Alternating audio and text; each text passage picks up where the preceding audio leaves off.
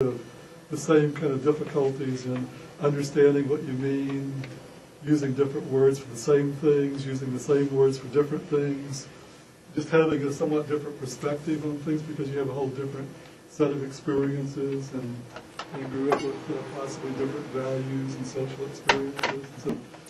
And it tends to come out in the things that you take for granted.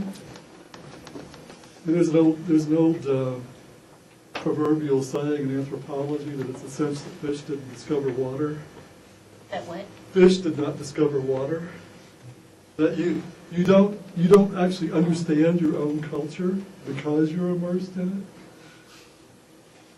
it. And it's only in some ways I think the same thing can be true, like your own sense of cohort expands as you really get into understanding people from other cohorts. And I think some of the biggest cross-cultural misunderstandings happen when it's on the things that you take totally for granted, right? It's often not the stuff that you're more keenly aware of, like food and language differences. Those can be quite important too, but it's the things that you take it totally for granted that things are this way, and the other person takes it totally for granted that things are this other way. My stepdaughter married a guy from India. And one of my favorite cross-cultural moments in my life, we were sitting at the reception with my wife and my stepson, and then some of the uncles and cousins from the Indian family, and discovering that my stepson was not married or coupled at this time, the Indians at the table started working on convincing him why arranged marriages are a really good idea. And how his mother, sitting at the table with him, would be a much better choice, would be much better at choosing a mate for him than he would be himself. And it was a very compelling, convincing argument. But I don't know that I'm ready to change to arranged marriages. I've had some of these discussions before with people from where love marriages are not the norm.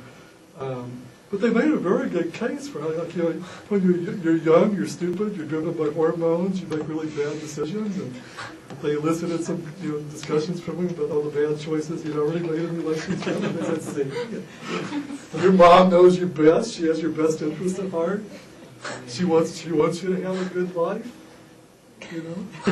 she'll choose you a good woman. My wife liked the argument a lot. Actually, since I chose somebody for himself, it worked out pretty well, I have to say. Okay, time of measurement is shifts that happen because time is ongoing itself, right? And where something happens at a point in time, that choice A, which is probably the more broadly meaningful one in some ways, is that everybody changes in a certain direction at the same time. So, we were talking at the colloquium today about changes in health behavior, and it's a longer period of time, but probably like over a decade or so, there were huge changes, probably across almost all cohorts in smoking behavior. There are political events that can kind of shift politics altogether. The changes at the beginning of the Reagan years were kind of enormous in terms of more liberal to conservative stance on the federal government, for example.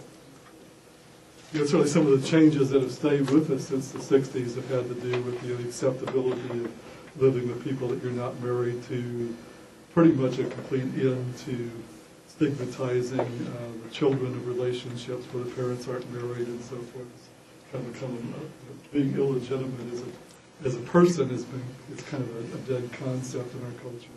There are things that kind of happen and everybody moves at the same time. What you actually probably see more in lifespan developmental research is changes that actually happen in the research setting. And so this is kind of one of the things you have to be concerned about is if you're doing longitudinal research or sequential research designs, the study's going on for a long time, and things change or can change in the study itself, and you have to think about whether those changes are going to end up looking like age changes. If nothing else, staff change. Yeah, I was going to say, when you say changes in the research, do you mean like maybe the PI dies or something like that? Or even like your interviewers, rotate every few years. And suppose, you might, there are studies where you can have interviewer effects. It's conceivable, you've got one set of interviewers that for whatever reason are really nice, outgoing people who develop a lot of rapport easily with older adults, and then somehow there's like rapid turnover and people get hired under pressure, and now you've got a bunch of people that are kind of aloof and maybe a little snide and hate old people because they're just evil people, and they got hired with a gerontology center. And you get really different results. You might have, particularly for studies that are somewhat geographically bound, you could conceivably have like out-migration from your area for some reason that would impact things. Sometime back, we were using some examples in the intelligence lecture that showed, I think across the 70s it was, that there was a downward trend time-wise in mathematical abilities in this sample that's based in Seattle. And I threw open the class the question, why do you think this will happen? And people said, well, the aerospace industry crashed, all the engineers left Seattle. I don't know if that's what happened, but Yeah. could happen. That kind of thing could affect your study. Well, Boeing moved, I was living there, Boeing moved its headquarters from Seattle to Chicago, and it was like devastating. And if you lose it, I don't know whether they lost the people. I mean, clearly a lot of people moved. It was a psychological Whether the study kept interviewing people who moved, and whether they were willing to be interviewed, or other kinds of questions. Measurement of things changes. The way that the field wants to measure stuff changes, and then you're stuck with this kind of damned if you do, damned if you don't kind of decision. But if you've gone through a couple of revisions of the intelligence scale, you keep using an intelligence scale that most people now have never even heard of. Do you switch to the revised measure, which is going to be different?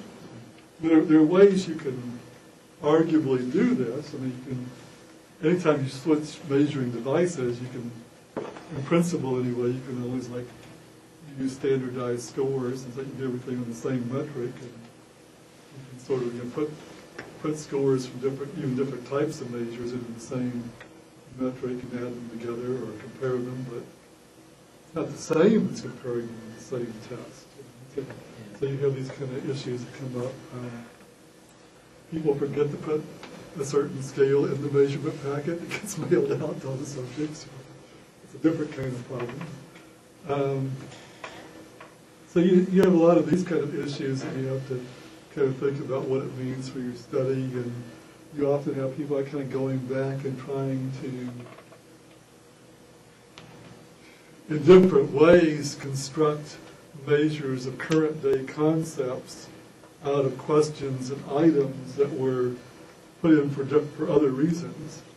And so you've got a set of measures that have none of which purport to measure what you're interested in now, but because you've got to get a dissertation or paper or something out of this data set that you've got access to, you go back and try to say, well, maybe if I add these 5 questions together that are from different parts of the interview that were back several decades ago, were put in for totally different reasons, this gives me a good measure of what I'm interested in now, and I can look at that over time.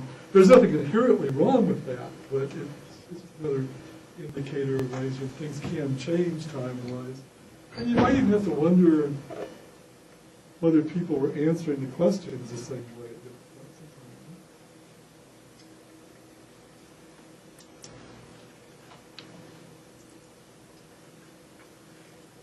in time. Okay, so some of this should be reviewed for you from now, but in general, cross-sectional designs, most but not all we've been looking at so far have been these comparisons of young and older adults at one point in time.